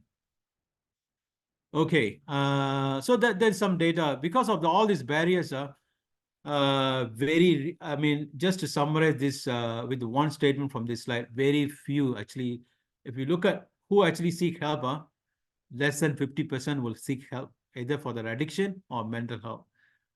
Many actually don't seek help, unfortunately. Okay, because of all these reasons, what do you think is the prognosis? What happens to these people in the longer term? Again, the short word answer is many of them actually, it's unfortunate, may go through several cycles of getting better and sort of relapse again, getting better, relapses, go through many unfortunate. But by saying that, I would say still, I wouldn't say there's no hope. There's still some hope. It depends on several factors. For example, if the problems are mild, like addiction is mild, also the mental health problems also mild to moderate, the prognosis is generally better because they are more likely to seek treatment. They are more likely to have some support systems still actually exist in the community for them to support. But if the problems are very severe, like severe dual diagnosis, then it is really worse because they don't comply very well. There's a high rate of dropout from the treatment. Also, different mental health conditions and addictions also have varying prognosis as well. For example, if I'm a hardcore polysubstance addict with severe drug-induced psychosis all the time, which has got a much worse prognosis than I'm just a little bit of an anxious type, social anxious type of patient with a bit of addiction to sleeping pills. The latter might have a much better chance of improving compared to the former, which is a polysubstance case law. Okay. Always, having a strong support system of friends, like volunteers, like some kind of volunteers, to help these people, good family systems, good like agency support like We Care or Sana, Saka. The more protection is the better for these people in terms of improving the prognosis. As I said, no one size fits all approach. Early screening and intervention is very, very critical, which is why, don't wait for a proper clinical assessment at the IMH or NAMS, All you can do is do a bit of a screening early at your own setting. I'll tell you how to do screening for these mental health problems with addictions in your own settings. There are some tools available, like this next slide. For example, if you're worried about your heroin addict, you're worried about your alcoholic, having some kind of depression, you can actually download, you can actually open up this online and just type PHQ-9, which is a patient health questionnaire. This is a 9-item questionnaire. You can do even online yes or no with your client. It gives at the end of the whole questionnaire, it gives a bit of a mark, a score. If the score is above certain score, like more than 15, 16, means that particular patient with addiction to heroin or alcohol is probably also having some kind of depression as well. So then you can actually push him, to NAMS as quickly as possible to get some treatment done. All you have to do is call the helpline, arrange an appointment, and telling our helpline people that we've done the screening and then you think that this guy's got some depression, he needs to be treated. And we will be actually quite happy to then see the guy as soon as possible because we have a walk-in clinic as well. And we can see the patient as soon as possible and get the treatment as soon as possible as well. Similarly, if you notice some anxiety problem, all you have to do is actually download this GAD, something called GAD-7. And I can look at the score. If the score is very high, you can actually alert us through this helpline, get an appointment fixed, and we will see them. Similarly, other way around, like, if you have someone actually notice that a bit of a depressed, but you're not sure whether that guy is a bit drinking secretly, but you don't know whether that guy is addicted or not, You can use this something called audit questionnaire. That is a screening simple tool, like a 4 item. There is audit 4, which is a 4 item. There's a 10 item questionnaire as well. Very simple to kind of do it yourself without even proper training. It gives a bit of a score. The higher the score, you might suspect definitely that the guy's got some addiction and he has to be referred as quickly as possible to us for treatment. You can also use a screening tool called DAST, which is for identifying for drug addiction in mental health problems as well. For example, for how do you identify psychosis in addictions? All of a sudden, if you notice someone actually suddenly becoming very socially withdrawn, a heroin addict or a meth addict, after stopping the addiction, the guy is not right. He's actually isolating. If you had seen him talking to himself, neglecting to take a shower, neglecting to be interacting with people, then it might be a sign of psychosis, like negative symptoms of schizophrenia or psychosis. Then you can actually get them to IMH as soon as possible, to emergency room or through the helpline to get an appointment done, so that we will see them actually as quickly as possible. Similarly, how do you identify PD like ASPD or borderline in patients with addiction? Someone is making persistent demands. He's highly manipulative. You cannot trust him. He's very dishonest. He's got poor anger control. Even after stopping the drug, during recovery, during attending your program somewhere, recovery program, if you notice that guy is a bit not able to tolerate frustrations, always having mood swings, he doesn't actually follow the rules in a group. If he always presents with recurrent suicidal or self-harm attempts, then it is likely that these guys might have some kind of underlying PD or personality disorder. Then you can actually then get them to IMH for treatment. Okay, one last slide. Okay, so at the end of the day, once someone as an adult develop all these problems, it's not always easy to, go back in time to address all these issues. By the time all these problems are well set, whether the addiction or mental health, is not easy to treat, no matter what, despite your best intentions, best sort of treatment resources. Once the dual diagnosis problem like addiction and some kind of severe mental problems is fully set, it's not easy to treat, which is why you have to address it upstream. By the time these guys, when you have a chance, like a volunteer working with adults, not with adults, the youth population, it's better to do something very early, at the adolescent level. So if you notice, as I mentioned, notice signs of depression, signs of anxiety, get them to, professional as soon as possible to make sure that, you can arrest any kind of addiction trajectories to develop later on in life. In fact, this is non-clinical. I think what actually research shows that, if you look at this table here on the left side, if any adolescents, shown to have these kind of vulnerable risk factors, like if he's that young boy or a girl is showing always some kind of aggressive behavior, that particular young adolescent kid has got poor social skills, they have insufficient parental supervision, they have kind of low self-esteem issues, then you look at those risk factors and then look at some sort of intervention. Like if someone has got aggressive behavior since young, you can look at self-regulation skills training as some form of intervention at an individual level, and that can actually help to improve the self-control for these kids.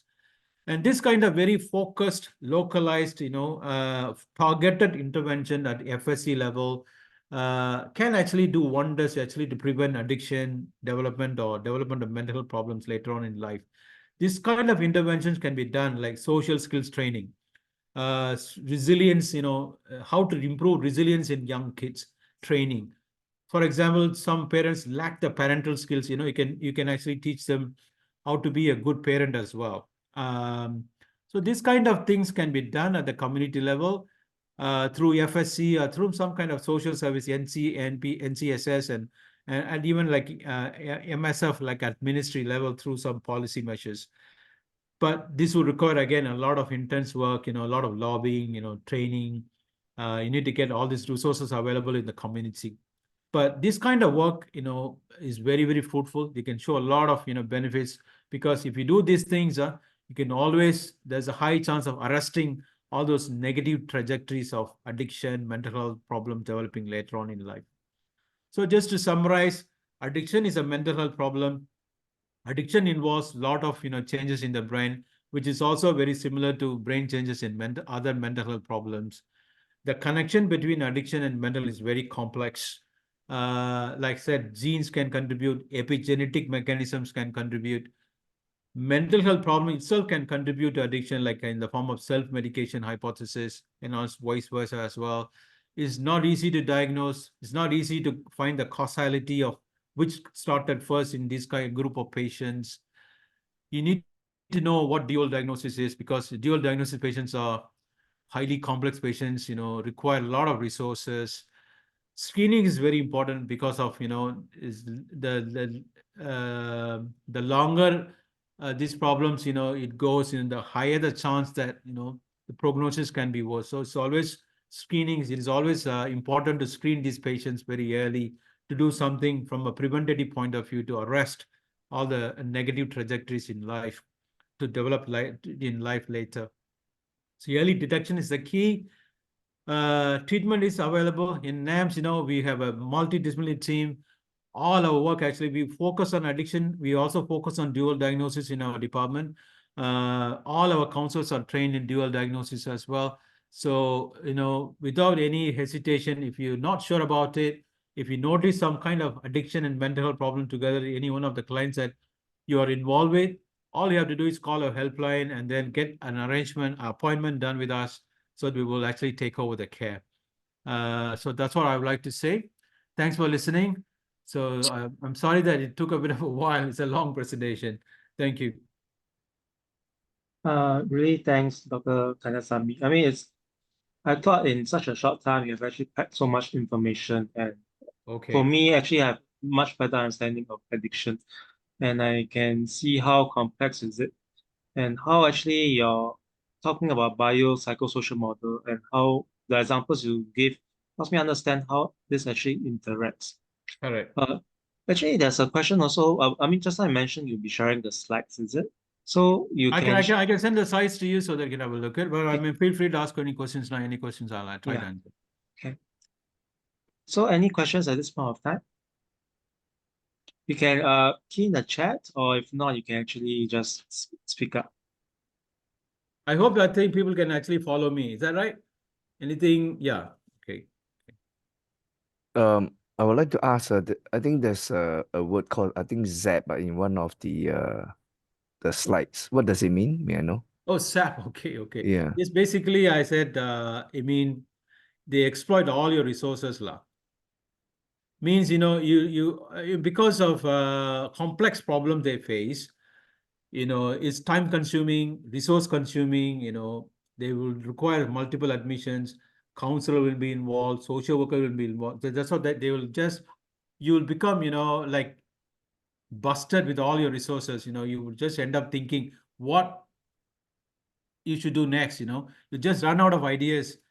Despite all your resources, they will be still looking for some other new resource that they will be looking for in terms of helping these people. That's what I said. Sap all your, exploit all your resources. That's what I meant. Okay, thank you. And also may I check with you, because apparently most of the treatment, I mean the clients are addicted to something, right? Yeah. Abusive and all those abusive drugs. But then the prescription, sorry, my voice is very bad.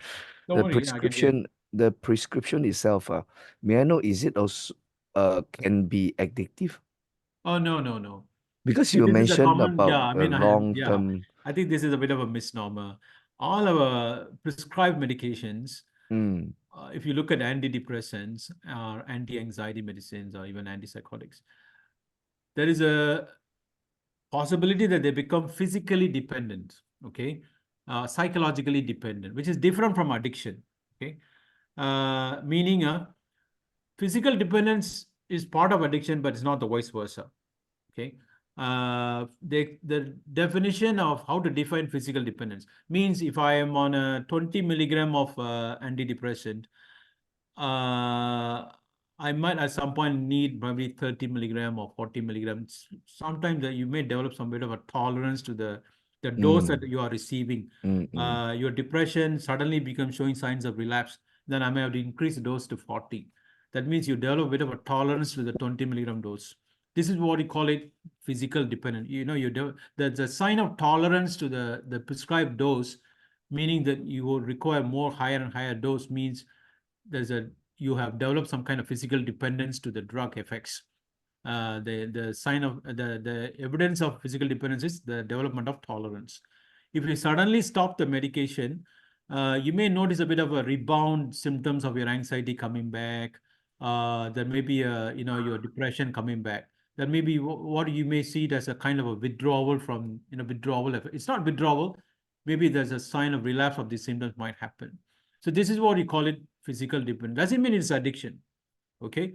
It is okay to have mild dependent, physical dependence, all the prescribed medications. It is not that totally abnormal, to say that you are dependent on this medication. Still, with physical dependence, you can come off the medication at any one time, slowly, gradually withdrawing the medications. So physical dependence is acceptable in our psychiatric practice. What is addiction then? If I give you an antidepressant or anxiety medicine, for example, I will give you something called Xanax. Probably you know Xanax, right? Alprazolam, which is one of the common anxiety medicine that doctors prescribe for anxiety. If you go to a GP, you say that, okay, so today, doctor, something happened, I'm a bit stressed. I'll give you about 2 weeks of Xanax. You take it, feel calmer, relaxed, and all those things. And you feel fantastic relief from your anxiety. So it is for a purpose to relieve your anxiety. But all of a sudden, once I get exposed to the fantastic effects of the relaxing effects, at some point I might think, okay, why don't I use it just not for anxiety, for something else, at night, just for something not for a proper therapeutic reason, for some other reasons. Because these drugs can also give a bit of a euphoria, mild high as well, mild kind of excitement. Once you get conditioned to it, I might be just using only for this excitement, not for anxiety relief. I'll be just using it for little highs and euphoria. And once I start using for a reason, not for a therapeutic reason, for some other reason, then I'm actually getting into an addicted sort of a behavior. Okay. The same tolerance will develop to it. 1 tablet will become 5 tablets. If I don't take 5 tablets, I won't feel the same high again. And because I'm addicted to now highs, I'm not actually using it for reducing my anxiety. I'm using it for highs. If the highs are not out there, and then I may experience a lot of withdrawal. Because I'm getting conditioned to the highs, the normal, going to work or spending time with my family, taking care of all the responsibilities as a normal adult person would do, may not be interesting to you. Only, looking at the drug, using your drug, enjoying the highs will become your topmost priority every single day. So if this kind of a trajectory develops, we call it addiction. Okay. So this kind of things, unlikely that will happen with prescription drugs. Unless, you use it for this kind of purposes. Once you start using it for a reason, not for a therapeutic reason, for some other reason, you develop addiction to it. So which is why if I'm a doctor, I will always advise you, don't use it for any other purpose, only for anxiety, to make sure that you don't develop addiction, only develop physical dependence. And I'll always make sure, if I'm a good doctor, I'll always make sure that I only give you this kind of medication for a short period of time to make sure that, I don't continue forever, so that, I reduce the risk of you using it for some other purposes, okay, to develop addictions. So in a way, that's how we control, particularly some of the addiction, some of the medications that we try, like particularly sleeping pills are, you need to be careful. Okay. So to answer it, yes, there is always a risk of addiction, but we will manage it this way.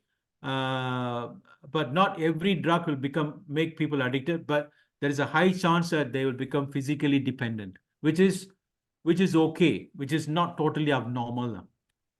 Yeah, no doubt the physically dependent on it, that means further development will be addiction. So in other words, to say is that we volunteers have to look out for this kind of symptom. Yeah, because if you're a volunteer, if your client is actually sticking to the same dose, if the doctor says he's taking only one medication, he's taking the one medication. It's not like topping up like 2 or 3 and topping up throughout the day rather than only for sleep at night.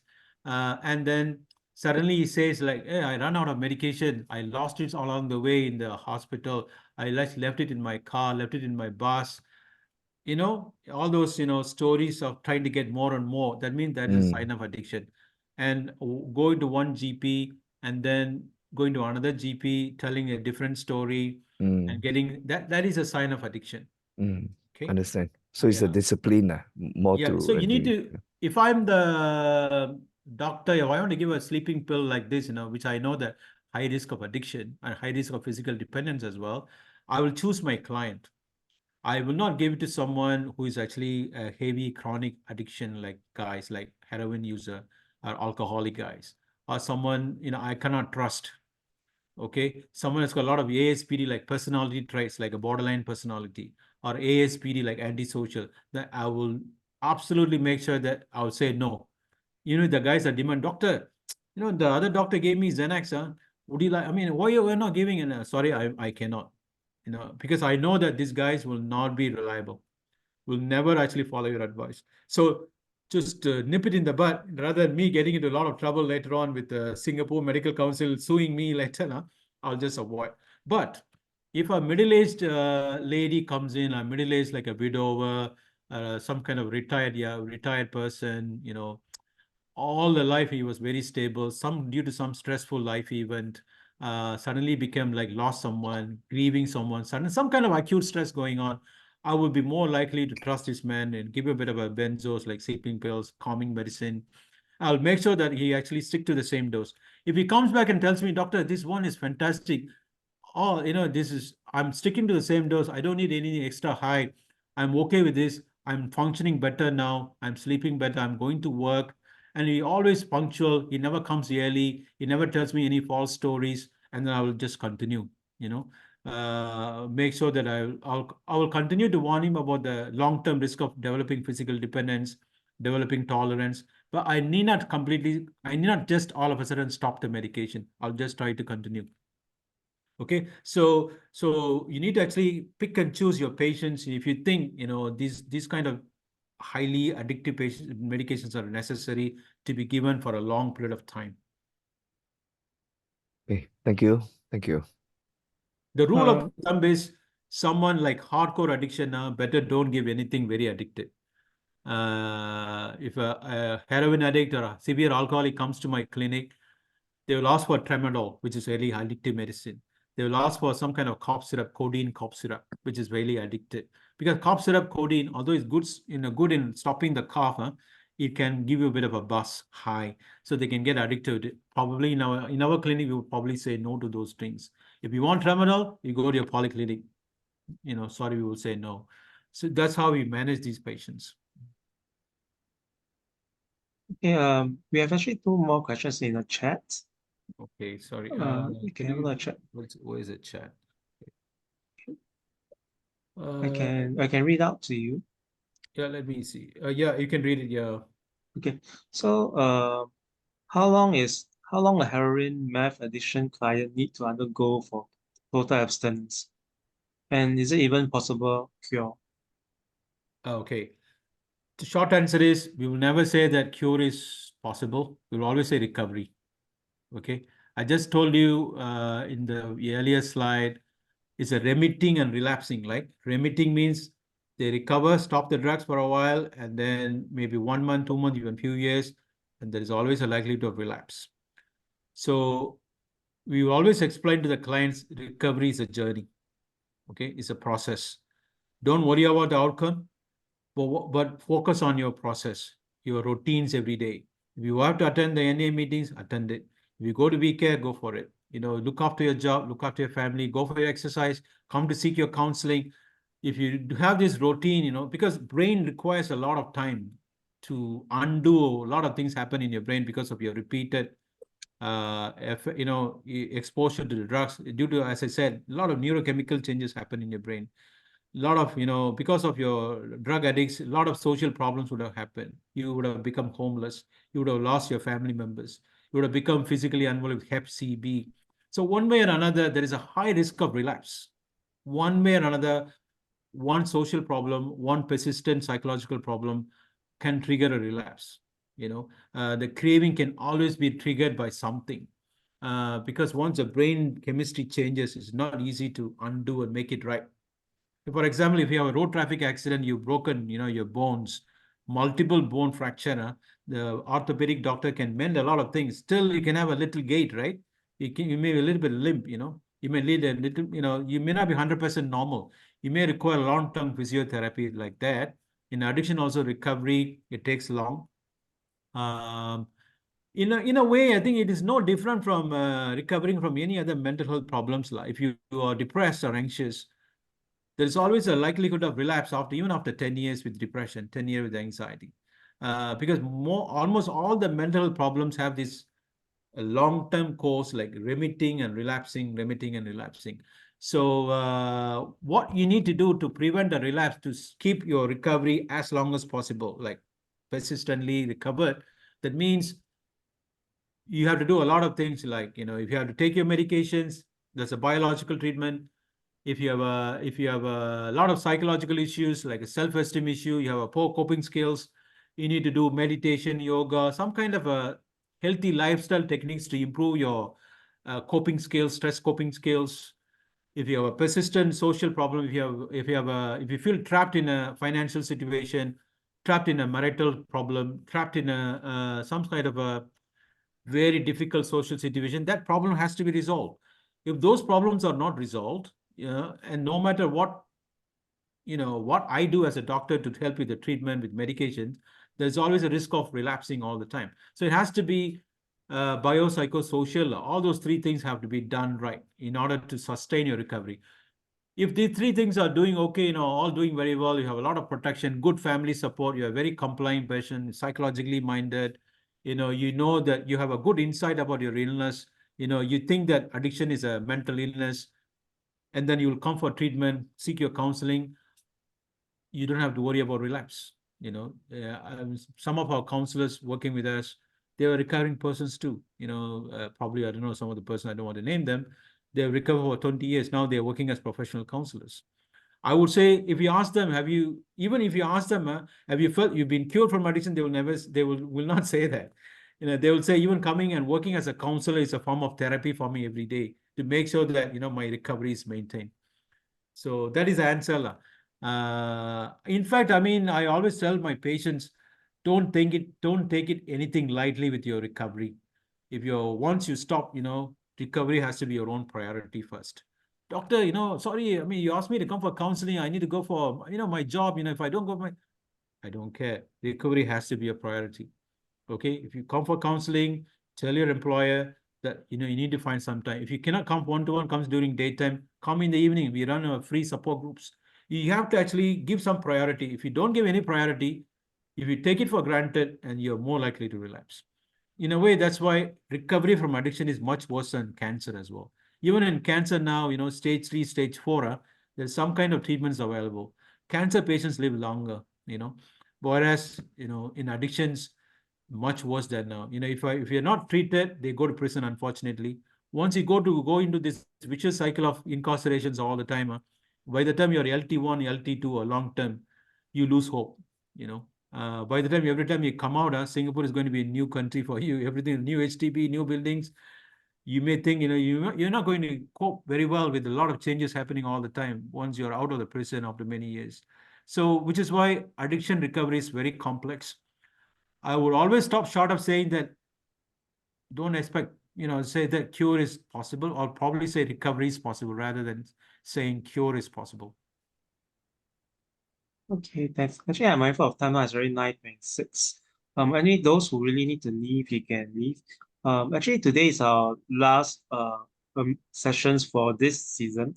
So I'll be announcing again in a few months time. We will start the next season. So just wait for the news. Actually, those who need to leave can leave. But actually, there's one more questions. Maybe not sure whether Dr. Kansami whether can answer. So what is the question? Is NAM's purpose effective when treatment is on a voluntary basis? And I think this patient can check up anytime. Yes. Yes, it is voluntary, because change has to happen within. Change has to happen voluntarily. Change cannot be forced. That's the philosophy. which is why we use MI techniques. MI is motivational interviewing, because these patients are already battle hard patients, gone in and out of prisons, they handle police, handle prison officials, handle tough, there's nothing like a direct kind of a message, work for these people very well. It has to be always in a collaborative approach. So if they are not ready to change, I cannot force that by forcing him to stay in the hospital against his will. If I give him a bit of a detox against his will, if I ask him to attend for counseling, he's not going to listen to me. So I have to rather work with him. I have to not in a non-judgmental way. I have to collaborate with him. I have to listen to him. If he's going to show a lot of resistance, I may have to roll with the resistance and see, slowly actually push the kind of, push him towards the goalpost rather than doing something drastically, so that's how we do it. So our treatment is voluntary, admissions are voluntary. We will not force them to stay against their will. If they want to walk out, they can walk out anytime. But having said that, the whole presentation is all about, not only about addiction, it's about addiction and other mental health. Along the way, during admission, if they actually show signs of other mental health problem other than the addiction, suddenly they become very depressed, suicidal, then I can actually detain him against his will. Because now I can use the Mental Health Act, MHCTA we call it. For addiction alone, I cannot use the Mental Health Act to detain them against their will. But for depression, anxiety, psychosis, if I think that there is an underlying other or associated mental health problem, and because of that, his decision making is a bit flawed, he cannot make his own decisions, and because of that, he's vulnerable to develop suicidal risk, vulnerable to show aggression. In the name of protecting him and protecting others, his family and public, government, we have the law, Mental Health Act law, which actually allows us, gives us the power to detain them against their will from 72 hours to 2 to 3 months, even up to 6 months in the hospital to get them treated. So this is what we do if addiction patients show other mental health problems. For addictions alone, without any other mental health, I cannot detain him. I have to just let him go. Wait for him to turn up again. Okay? Okay, thanks. Thank you very much. Really, thanks for investing this night to spend time with us and share your knowledge. So I think if not, we just call it a day. So thank you, Dr. Kannasamy, and thank you everyone for coming Thanks, for today's thanks. session. Thank you very much. Thank Thank you. you. Thank you. Thank Thanks you. for- Thank you so much. Thank you, William. Okay. Thank you, Dr. Sanders. Yes. Okay, thank you. Thank you. Bye. Good Have a night. good night. Thank you. Yeah, same. Thank you. Thanks. So actually, you can just email me, then I will I'll send decide you with the it. slides for you, William. Okay, thanks. Thanks for Thank you, arranging thank you, this. Okay, thank you for this long night. Thank you very Okay. much. All Bye. right, take care. Okay.